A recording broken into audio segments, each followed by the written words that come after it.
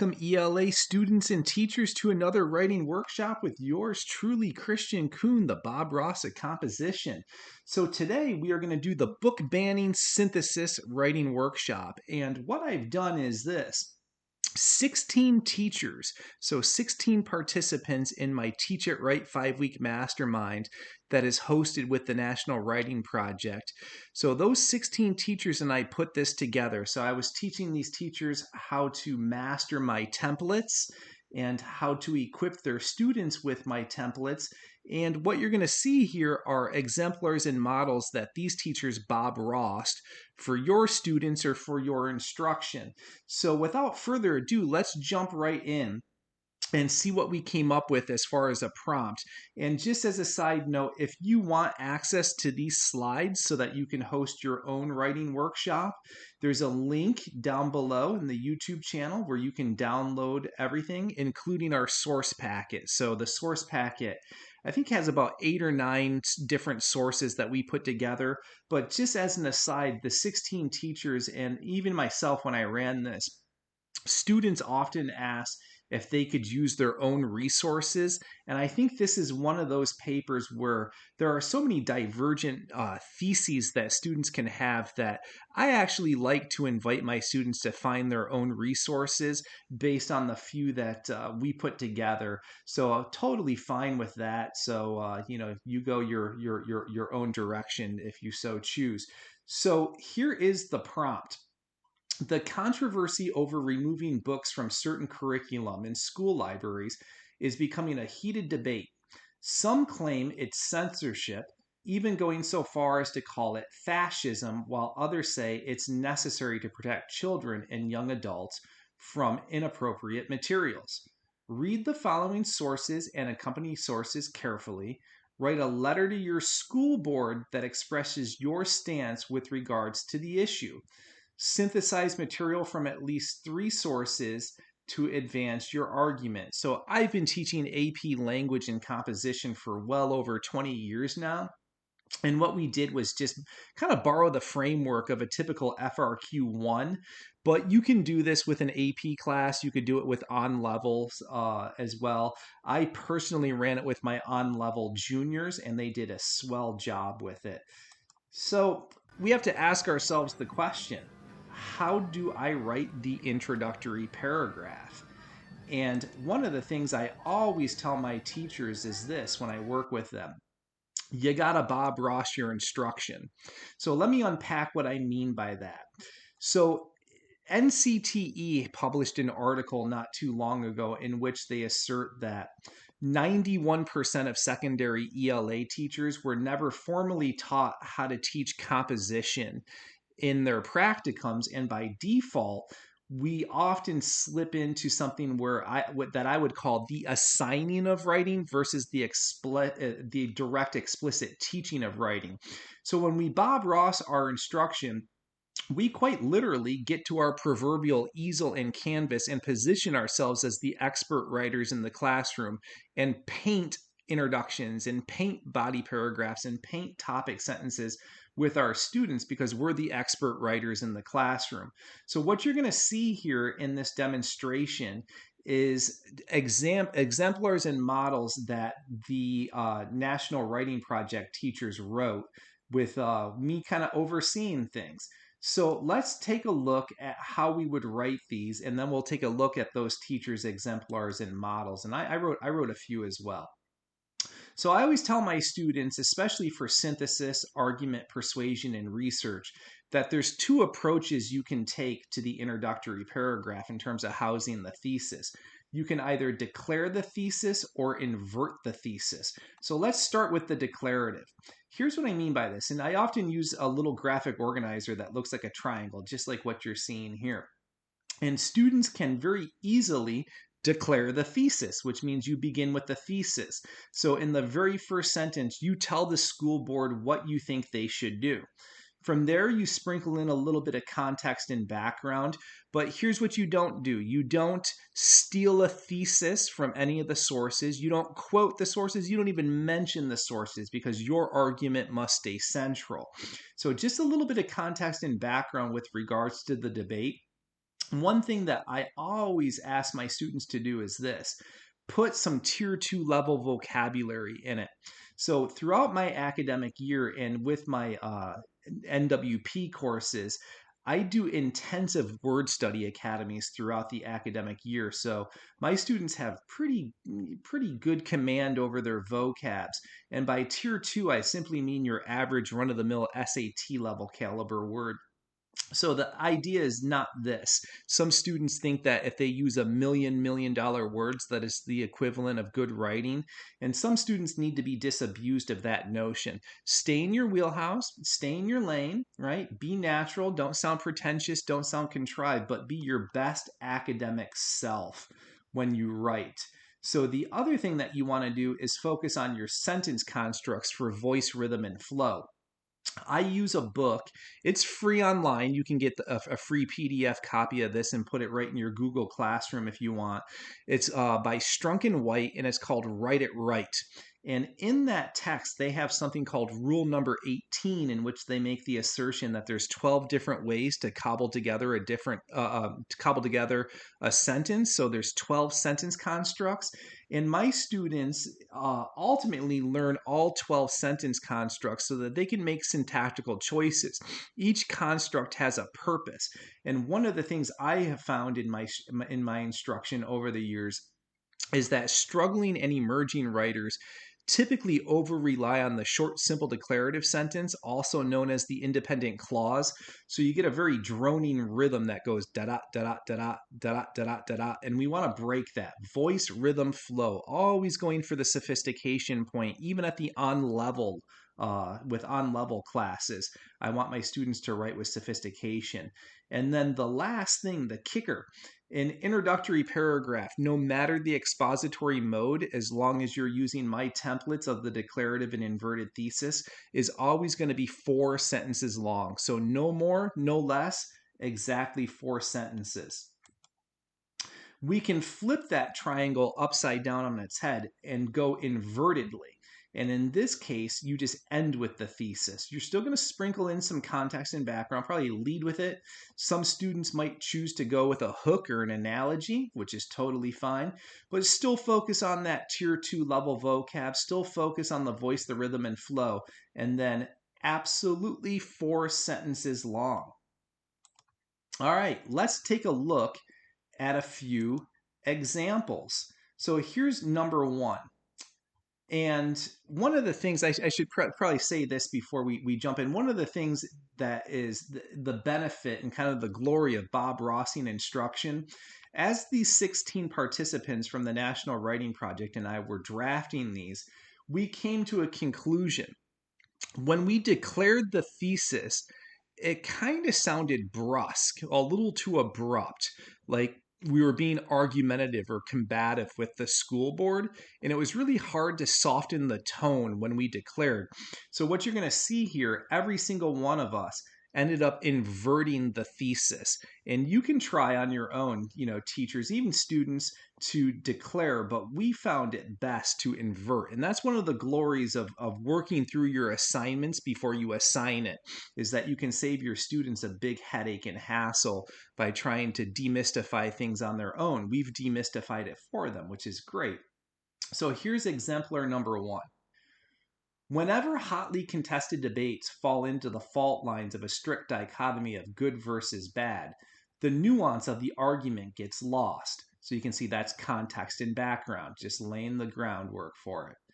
This is clearly not an all or nothing proposition. While there has unquestionably been some gross oversteps by certain parent groups and religious demagogues, the flip side of the coin is that there have also been instances of inappropriate content being taught to unsuspecting and impressionable kids. Now, here's the thesis. For these reasons, especially given the philosophical outlook of public education, several variables need to be considered that straddle both sides of the debate. So this is a classic example of how to qualify the thesis. This writer is going to go both sides and present both sides of the argument and kind of get housed in the thesis by riding the fence a little bit, by being in the gray area, which is totally fine. So a student can qualify the thesis and be totally good and fine doing that. So one of the things that I talk about in the thesis, in the introduction, is you got to begin to lay the seeds for your line of reasoning. And this teacher did that in that last sentence. We kind of get a sense of where they're going to go in the body paragraphs. So let's do that all over again. Let's see it again and take a look at exemplar number 2. So this one says, the fact of the matter is this: public education in recent decades has been hijacked by the radical left. With their politics that blur the lines of common sense and decency, the left's curriculum is oftentimes not only blatantly perverse, but it's intended to foster a nation of children swayed by wayward liberal ideology. When pedagogues have every intention to indoctrinate and impose their values without parental consent, steps must be taken to thwart their agenda. Quite clearly, especially in light of the fundamental tenets of what public education is responsible for, censorship and banning measures are a must. So that's a much clearer stance than the first one that qualified. So this teacher, called a student because our students are going to be writing this as well, is saying that, yeah, we need to ban certain text and we need to have certain censorship measures in place to protect our young, because the adults that are making the decisions have crossed certain lines. So again, they've dropped the seed for their line of reasoning, and it's clearly articulated. So you can see the vocab is up. There's a variety of sentence constructs, but the student stays in their lane, stays in their wheelhouse. I really have to, when I do intensive word study academies with students, uh, sometimes I'll see misuse of words, invented words, and they're stretching their vocabs too far outside of their range. And I tell students, I want you to be conversational, but you're academic best at a conversation. So, please, please, please only use words that you know. So let's see that again and do another one. And one of the things I do in my writing workshops in my classroom as teachers watching this video try to figure out how they want to Bob Ross their instruction, I usually show introductions 4 times and have students follow my lead. So here's exemplar number 3. In placing this debate in a sensible fulcrum, something is being overlooked. By no means whatsoever is a parent compelled by law to send their kid to a public educational institution. Given this, school boards need to stand firm in the face of religious and political fanaticism and say no to the book banning crowd.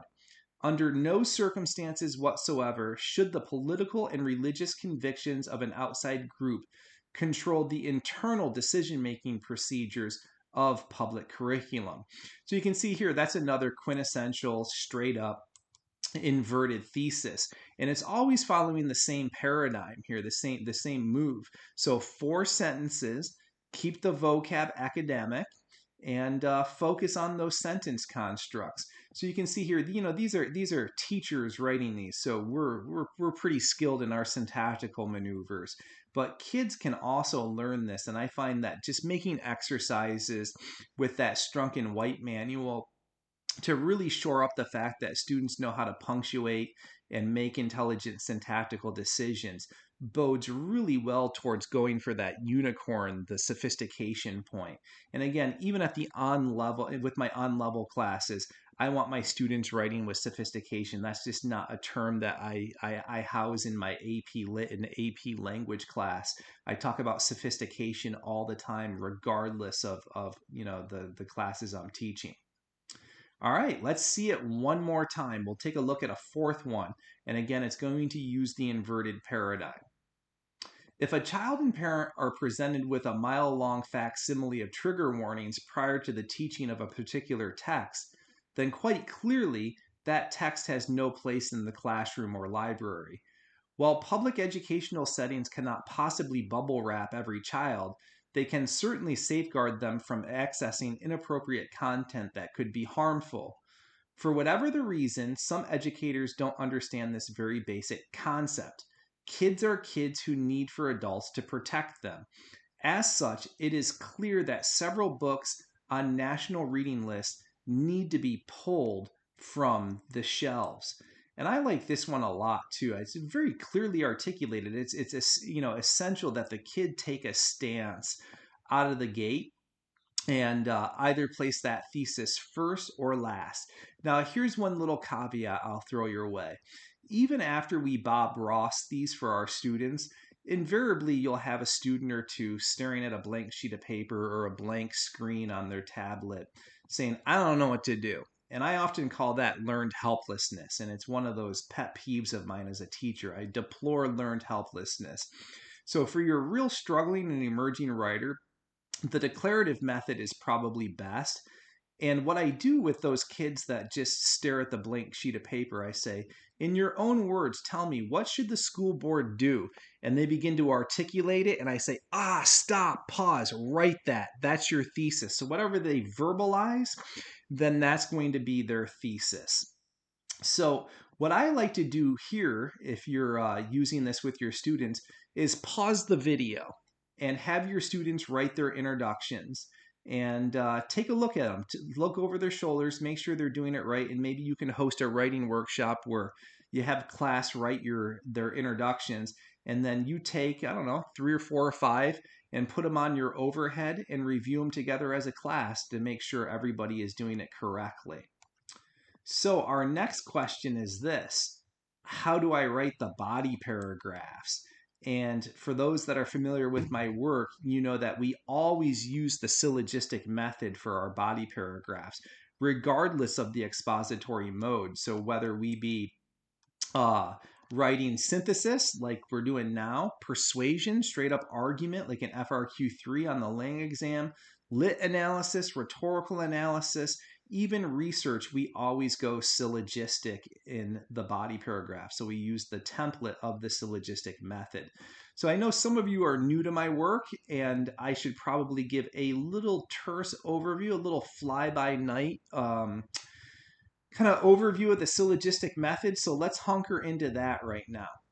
It's rooted in the Aristotelian tradition. Aristotle ran a school called the Lyceum, and the town boys would go there to learn about polemics, oration, debate, word wrangling, wordsmithing, and they would often throw out these big, pithy, juicy, essential questions like, what is justice? And maybe, students, when you get to college and take like an introduction to philosophy course or an introduction to linguistics course, you will learn about Plato's Republic, which is a seminal text in this tradition. And the boys and the scholars, the philosophers would step to the proverbial mic and they would drop their definition of what justice is. And then they'd all gather around and find the holes in the logic. And ultimately, what Aristotle came to is this, like English teachers, he said, why do some of my students, think very well? Why do they think very cogently? Why do they crush their debates? Why do they win their debates? Why are some of my students just meh and some tank bomb it? And one day he had a eureka moment and he said, I got it. The students that really, really argue well, and we got to keep in mind, we are arguing, we're writing, we're in composition, but we are arguing. Students that argue well have a mathematical, computative approach to housing their arguments. They go syllogistically, which just simply means that you go first premise, second premise, conclusion. So if I were to say, arsenic is deadly in the first premise, you would all nod your heads and say, yeah, Christian's right. Arsenic is deadly. But then if I were to say, premise number 2, my dog ate arsenic, you would all naturally conclude, Christian's dog's going to die. That's what Aristotle coined as being cogent. We talk about line of reasoning when we write. And that's ultimately what the syllogistic method is going to help us with, to establish a very cogent line of reason, bulletproof logic. We're going to be computative, mathematical, methodic in skilling and drilling our line of reasoning from top to bottom. So how do we make this into a template for the purposes of composition? Here's the syllogistic method for synthesis. So the first premise we're going to define as an argument containing a why reason. So up top in the thesis, you noted we did not state why. We just stated the thesis. So we give our advice to the school board. We never say why in the introductory paragraph. That's housed for the first premise. And the first premise has a bit of math to it. Every first premise a student ever writes, regardless of expository mode, is going to be 3 sentences long. So on FRQ 1 for AP language, the College Board states a couple of times, your argument must be central. So students need to learn to keep the centrality of their argument.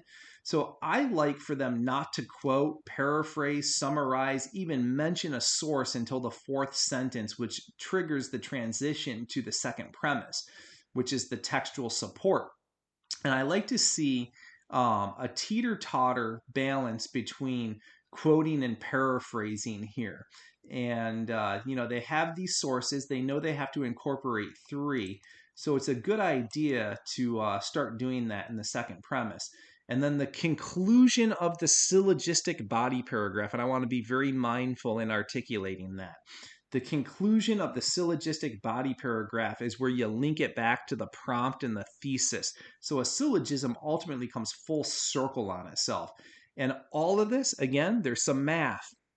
It's going to take 10 to 12 sentences. So every syllogistic body paragraph, regardless of expository mode, is 10 to 12 sentences. It's okay if you go over, it's okay if you're a little short, but those little itty bitty 4 or 5 sentence baggers that students are so prone to write, there's just not enough support or analysis in there to advance and flesh out an argument. So what I would like to do next is show you what I mean by the why reason in the first premise. So the teachers at the National Writing Project and I wrote 3 exemplars for you. And there's kind of a template within the template here that you can use, sort of a sentence stem, to really help your struggling and emerging writers out. I have found that when students say reason why in the first premise, they therefore articulate the reason why. So look what we did here. There are several reasons as to why the school board needs to stand firm and say no to book banning. So this is what I call the enumerated first premise. So this student says first and then second. Look how this goes here. So you drop your seed for the line of reasoning. So I'll take it from the top again. There are several reasons as to why the school board needs to stand firm and say no to book banning. First, instead of acquiescing to ridiculous demands, insist that these parents use the vouchers they've been afforded so that they can provide their kids with the religious foundation they desire at a private religious institution. Second, these parents need to understand that there is a clear line drawn between the state's obligation to their children and the parents' religious convictions. So let's break this down. One of the things we're going to talk about is the promise of the first premise. First premises are promises, and the line of reasoning is the sustainment of that promise, the keeping of that promise.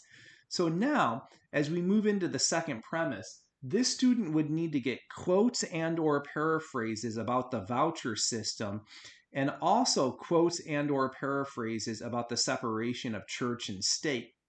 That's all they can talk about to stay cogent. So they have to talk about those things. So all the quotes and paraphrases need to be germane to that promise. So keep in mind, the first premise is an argument that states the why reason and is 3 sentences long. So let's see another one.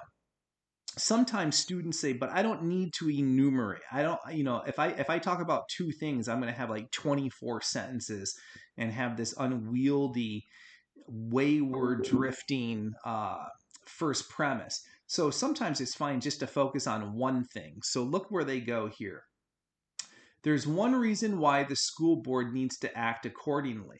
No singular political party should call all the shots as far as curricular decisions go. It is not a secret that the vast majority of people who choose to go into the educational field are liberal. Despite this being the case, no teacher has the right to impose their liberal values onto a student under the guise of responsible pedagogy. So, how do we keep the promise of the first premise here? All right. So ultimately, we need quotes and or paraphrases about indoctrination, about how sometimes the perception in public education is that there's a liberal slant. And several of the sources in our packet talk about this, how, it's true, the bulk of teachers tend to be liberal. And sometimes teachers teach from a position of their political persuasion. And this teacher who wrote this is saying that's irresponsible. We should not be indoctrinating kids. We should be objective in our presentment of politics or political things, historical things, and try to be as neutral as possible in that. So all the quotes and or paraphrases need to be germane to that. So let's keep the promise of the first premise all the way through. I'll show you a third first premise, and then I'll show you how to cobble together the entire syllogism for it.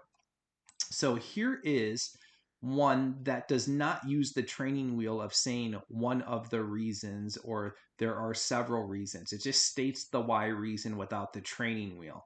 So let's remove the scaffold. When a parent decides to enroll their child in a public school district, they should tacitly understand that the school is not responsible for the kid's religious training. Ultimately, this fact is what separates public from private schools.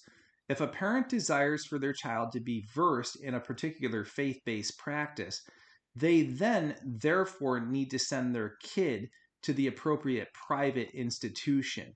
So what are we talking about here? We're talking about the difference between, the public school responsibility versus what private institutions offer. And I'm going to assume that this particular student's going to talk about voucher systems, how some cities, some states are offering voucher systems.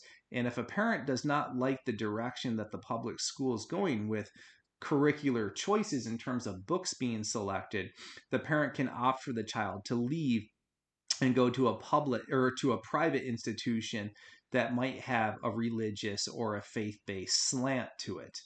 So what I would do here is pause the video and show your students how to go quote hunting.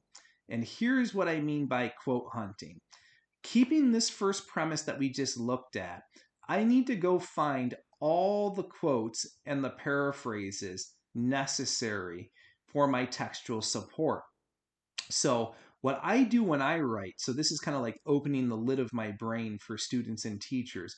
I write my first premise and then I go quote hunting and find exactly what I need to throw into my second premise. So look at this here. If I keep the promise of the first premise, these three quotes right here that I have are perfect fodder for me to keep my line of reasoning. So this is just kind of one easy cheat way to make a graphic organizer for your kid. Pause after the first premise, have them go quote hunting. So here are my quotes, and look how they're germane to what I just promised in that first premise. In saying this, however, there is immediate pushback from those who assert that what they exorbitantly pay in tax dollars should unquestionably go toward the expense of raising the whole child, which entails the moral and spiritual evolution of the child. So that comes from source B. In a public school setting, there is a veritable melting pot of students coming not only from a wide variety of socioeconomic backgrounds, but also from vastly different religious foundations. That comes from source D. And then the third quote is, this is problematic, especially given that the United States is not despotically run by religious oligarchs and Bible-thumping zealots. Comes from source A. All right, so what are we going to do to weave all this together into a seamless syllogistic body paragraph? So let's take a look at a whole syllogism here. So you can see I've delineated the first premise and the second premise in red here. So let's revisit my first three sentences, which articulate the why argument. When a parent decides to enroll their child in a public school district, they should tacitly understand that the school is not responsible for the kid's religious training. Ultimately, this fact is what separates public from private schools. If a parent desires for their child to be versed in a particular faith-based practice, they then therefore need to send their kid to the appropriate private institution. All right, we talked about what the promise is here. So, fourth sentence begins the second premise, and I tell my kids immediately get into quoting and paraphrasing, right? Choose where you're going to go. You either quote or you paraphrase, but you got to get into the sources here because your argument's central now. And to belabor it any further probably is going to, get you waylaid and get you off on a bird walk or something, some tangential commentary. So immediately get into the sources and prove your argument. So look at where we go here. In saying this, however, there's immediate pushback from those who assert that what they exorbitantly pay in tax dollars should unquestionably go toward the expense of raising the whole child, which entails the moral and spiritual evolution of the child. So there's a few things going on in this. So teachers often ask, and students as well, how do I do concessions? How do I do rebuttals? I usually do it in the second premise or the first premise. And you can see here there's kind of a nod of the head, a tip to the hat to the opposition here in this transition sentence. Totally cool. You absolutely can do this. You have an opposition. You have to acknowledge them at some point in time. So it doesn't matter if where in the syllogism it happens. This just so happens to be in the second premise. There's another template within the template here, and I call it the 5-word rule. If a student places a minimum of 5 words in front of the quote, I want to say that again to be really clear. If a student places a minimum of 5 words in front of the quote and keeps the quote relatively small, it should sound conversational, but you can see in this student used ellipses and they used brackets. Got to teach your kids how to do that. That takes a little bit of Bob Rossing to show them how to do that, so that the quote transitions are really supple and smooth. So we quoted, we got source B, we did our MLA documentation here. Let's move on. We got to analyze that, keep it all seamlessly woven together. While this argument makes perfect sense, it is faulty for a couple of reasons. In a public school setting, there is a veritable melting pot of students coming not only from a wide variety of socioeconomic backgrounds, but also from vastly different religious foundations. Source D. So we got two things going on here, 2 sources already worked in. So when you quote, you got to analyze the quote. You just can't quote dump. And what I like to do is to have my sources talk to each other. So let's have those 2 sources talk to each other because they kind of build upon each other. So look at where we go here. When we dissect who is fueling the book banning buzz, it is predominantly right-wing religious conservatives. Rather paradoxically, they are attempting to do what they are protesting, impose their belief system uniformly on a diverse student body. This is problematic, especially given that the United States is not despotically run by religious oligarchs and Bible-thumping zealots. Source A. So you can see how we've woven in the quotes that we cherry-picked to keep the promise of the first premise. In a quote, you got to analyze it. There's a separation of church and state in our Constitution for a reason. Clearly, in spite of this realization, both sides still butt heads over the debate of which books should be taught and housed in public libraries. Here's the simple solution. Offer parents a voucher system so that they have more than one option when it comes to decide upon their child's education. As the chart in source E indicates, this has been the policy in Switzerland since 1998, at which time the issue was put to rest. In several European Union countries, the voucher system has satisfactorily provided a middle ground for both factions while ensuring that quality education is accessible in every child. So typically, students will ask, how many quotes do I need in a syllogistic body paragraph? And usually what we find with, having done this for years with, teaching teachers and then Bob Rossing for my students, I tend to quote like 3 times. Sometimes you can go as many as 4. This references the chart or the graph. So you got to keep it within the 10 to 12 so it's not a runaway train.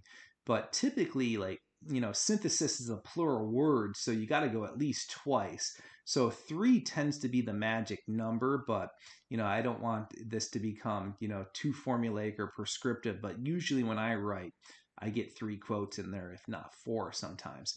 So let's look at the conclusion of the body paragraph. So this is how you wrap it all up. This move usually takes 2 to 3 sentences. Sometimes it can be done in one fell sweeping sentence. So we did 2 sentences here. You go all the way back to the prompt, all the way back to the thesis. Syllogism goes full circle. This need not be an all or nothing proposition in which one side loses while another wins. No, an equitable and fair middle ground is possible with a bit of forethought and ingenuity. So that's how you would do a syllogistic body paragraph from top to bottom. So we have the question, what do you do next? And it's a simple answer. You bust out another syllogism. So you reload the first premise, 3 sentences with a why reason. You go cherry pick your quotes. You work it in, 5-word rule. Work on those sentence constructs, weave it all together, 10 to 12 sentences. And here's the kicker. So this is another question that students and teachers often ask. How many paragraphs do I usually assign?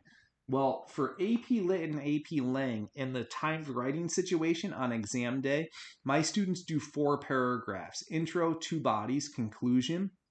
And given the amount of writing and the amount of students that I have in terms of grading management, I usually do 4 paragraphs as well. Never more than 5 paragraphs for little essays of this nature. But I think 4 paragraphs is plenty to see the good, the bad, the ugly of a student's particular draft.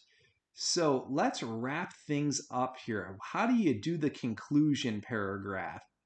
And I know there's many YouTube teachers out there that have strategies and tips and whatnot on how to do the conclusion. There's no magic bullet for it. You just wrap it up, you summarize it, and usually I end with the big climatic crescendo where I focus on a thematic concept of my thesis. And I usually just take about 3 sentences to do this. So usually my conclusions are 3 to 4 sentences. So look at how I would wrap this one up. I like little transitions like this. So I give my students stems. Like I say things like in a global sense, in a world where, undeniably, things of that nature. So it's real quick, easy. So look at this. Undeniably, there are many colliding complexities in making curricular decisions, right? So you speak back to the school board. But in acknowledging this, the board must also realize that they need need not polarize the factions by treating the debate in stark black and white terms. There are 2 sides to this debate, both with fair and sensible claims. So an acceptable middle ground is the best hopeful outcome. And that was the one for the qualification. So again, just 3 sentences, 4 sentences at the end. And you end where you begin. So speak it all back to the prompt and the thesis. Let's try that conclusion paragraph again. The liberal agenda has no place in public education. It is clear that there are very perverse underpinnings to what they value as a collective people, and the school board must put their foot down once and for all. The bottom line is this: our intent is to educate, not indoctrinate.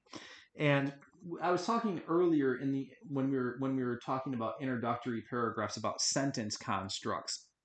In the conclusion is where Strunk and White would advise our students to use independent clauses and short, simple declarative sentences, because you want to end emphatically, because this is argumentative synthesis, right? We're arguing. So you want to drop your emphatic statements. You don't want to go on these long, unwieldy run-on sentences, because that sounds like you're kind of obfuscating a little bit. You're uncertain, you're tippy-toeing, you're tap dancing around your conclusion. So you want to end with gusto. So short, simple declaratives and independent clauses. All right. So we are at the end of our writing workshop. One of the things I always say at the end of my videos is this: Happy teaching and happy writing. So I hope that this serves you well, and that you can use this in your classroom with your students, and that you have a high engagement activity. So just to wrap things up on my end, if you want these slides, again, there's a link in the YouTube description. Please subscribe to the channel.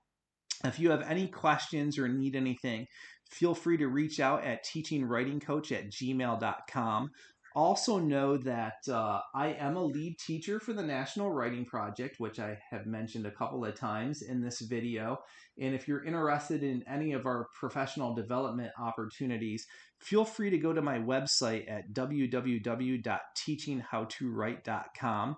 I also am a lead tutor for the Princeton Writing Center. So any students that are wanting to work with me one-on-one or in some of our small group sessions, feel free to give me an email at teachingwritingcoach@gmail.com, and we can get you on our roster so that you can work with me either as a student or a teacher. So be well for now, and absolutely take care of yourselves. And again, happy teaching, happy writing.